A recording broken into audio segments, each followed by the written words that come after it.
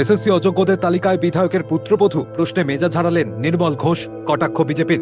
SSC অযোগ্যদের তালিকায় উঠে এলো পানিহাটি বিধানসভা কেন্দ্রের বিধায়ক ও মুখ্য সচেতক নির্মল ঘোষের পুত্রবধূ শম্পা ঘোষের নাম, যিনি নৈহাটি মহেন্দ্র উচ্চ বিদ্যালয়ের শিক্ষকতা করতেন।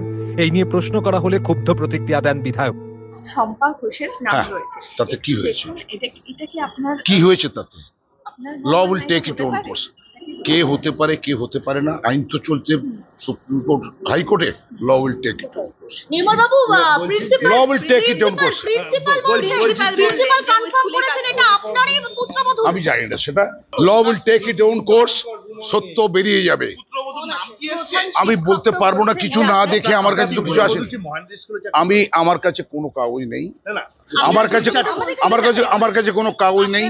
যদি কেউ এসে থাকে, কোনো কাগজ এসে থাকে, আমি চেক করে বলবো। তবে ম্যাটারটা হাইকোর্ট সুপ্রিম কোর্ট চলছে, হাইকোর্ট সুপ্রিম কোর্টের বিচারে সত্যতা বেরিয়ে আসবে, মিথ্যাও বেরিয়ে আসবে। অন্যদিকে বিষয়টি নিয়ে কটাক্ষ করেছে বিজেপি নেতৃত্ব। ঘটনাকে কেন্দ্র করে চাঞ্চল্য ছড়িয়েছে রাজনৈতিক মহলে। এসএসসির দাগি তালিকায় নাম রাজপুর সোনারপুরের তৃণমূল কাউন্সিলর কুহেলি ঘোষেরও।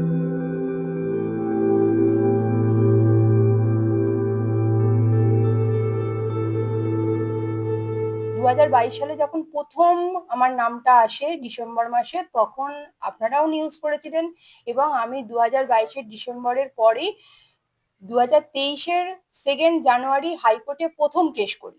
এবং কেস করার সাথে সাথে আমি কিন্তু আমার কেসের যে ব্রিফ করা হয়েছিল, আমার যিনি অ্যাডভোকেট ছিলেন শঙ্কর প্রসাদ দলপতি, আমার ব্রিফ চাইলে আপনারা দেখতেই পারেন।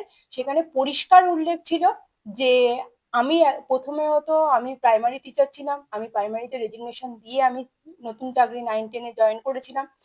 আর দ্বিতীয়ত, যেহেতু সিবিআই লিস্টে নাম ছিল, আমি কিন্তু সিবিআই কে চ্যালেঞ্জ করেছিলাম যে আমি আমার নিজের যোগ্যতায় চাকরি পেয়েছি, সেখানে আমি কোনো দুর্নীতি করেছি কিনা বা কারোর কোনো টাকার বিনিময়ে চাকরি পেয়েছি কিনা সেটা আমাকে প্রমাণ করে দিক। আজ পর্যন্ত অনেককেই আমি জানি, আমাদের মতো ক্যান্ডিডেট যারা ছিল, সিবিআই ডেকে তাদের ইন্টারোগেশন করা হয়েছে, আমাকে করা হয়নি। এবং কেন করা হয়নি আমি জানি না।